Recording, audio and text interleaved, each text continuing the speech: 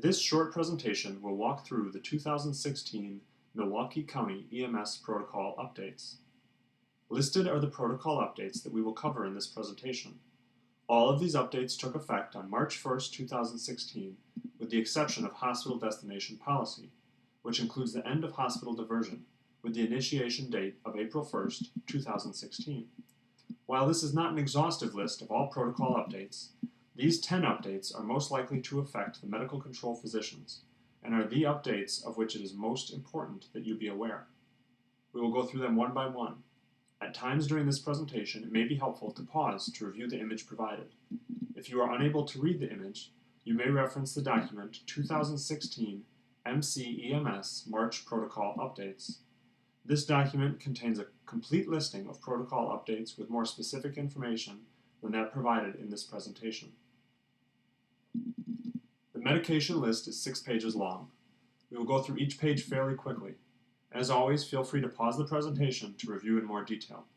The medications which Milwaukee County paramedics have access include acetaminophen, which is soon to be an added medication pending the approval from the state, adenosine, albuterol ipratropium, amiodarone, aspirin, atropine, calcium gluconate, D5 in water, dextrose, diphenhydramine, dopamine, duodope kit, epinephrine in 1 to 1,000 and 1 to 10,000 concentrations, fentanyl, glucagon, glucose, hydroxycobalamin, ketamine, lidocaine, midazolam, naloxone, nitroglycerin, normal saline, ondansetron oral and IV, and sodium bicarbonate.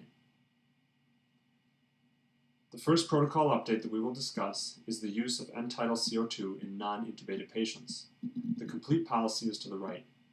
In summary, in non-intubated patients, end-tidal CO2 should be used in all patients given ketamine, patients less than 10 years or older than 60 years, with more than 2 doses of fentanyl or midazolam, or whenever clinical judgment suggests use. In traumatic cardiac arrests, you can see in the protocol portion included to the right, it is divided into witnessed and unwitnessed traumatic cardiac arrests. For witnessed cardiac arrests, there is an important change that will affect both medical control as well as what patients are brought to the trauma bay. For those that have met all 3 criteria of EMS witnessed cardiac arrest, penetrating trauma isolated to the chest, and within a 10-minute transport time to the nearest trauma center, these patients will be transported with CPR ongoing. This is likely to be a very rare event, but an important change to this protocol. For unwitnessed cardiac arrests, the red box shows termination of resuscitation criteria, which can be determined without calling medical control. These criteria include lack of respiratory effort, central pulse, motor effort, EKG activity, and pupil activity. Absent all of these, the paramedic may independently cease resuscitation. If any of the criteria are present, they would move to life-saving interventions in the blue box. These include effective ventilation, high-quality CPR, fluid resuscitation, needle thoracentesis, pericardiocentesis, and tourniquet hemorrhage control. The pink box at the bottom shows that if ROSC is not achieved with these life-saving interventions, or if ROSC is achieved and then lost again, medical control will be called. Moving on, for ROSC in adult patients, paramedics will now be notifying the accepting hospital of the initial rhythm and whether it was VFib or VTAC to aid in the decision of whether to activate the cath lab. This should be a key piece of information that the medical control physician passes along to the receiving hospital as well.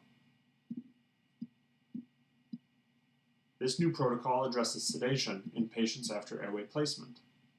You can see that one major branch point is cardiac etiology. In patients without cardiac etiology to their presentation, ketamine will be used. In patients with cardiac etiology, whose blood pressure is not stable, medical control would be contacted for orders. The new sepsis syndrome pathway allows for paramedic evaluations of patients likely to be septic based on SIRS criteria. For those who are febrile without recent antibiotic use, acetaminophen, again, pending state approval of the medication, would be administered.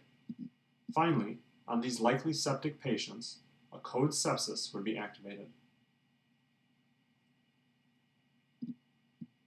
For the needle thoracostomy procedures, paramedics now have a secondary site if they do not note clinical improvement with the primary site. The secondary site is in the 4th to 5th intercostal space at the mid-axillary line.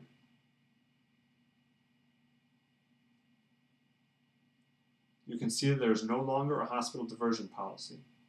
Regarding hospital destination, a hospital may only close to ambulance transport due to internal disasters. As an informational piece, Milwaukee County EMS is working to minimize use of lights and sirens for patient transport, only using when warranted for patient condition. Also as an informational piece, there is a new policy to outline interaction with medical control. The policy pictured to the right outlines when to contact medical control, which includes when instructed in policies in the manual, under special circumstances, and when the patient is deteriorating despite protocols. It also includes how to address the inability to carry out physician orders, dealing with orders outside of protocols, which must be within paramedic scope of practice for them to perform, and when they are unable to contact medical control due to communication failure. Thank you for taking the time to review the pertinent 2016 Milwaukee County EMS protocol updates, and thank you for serving as a medical control physician.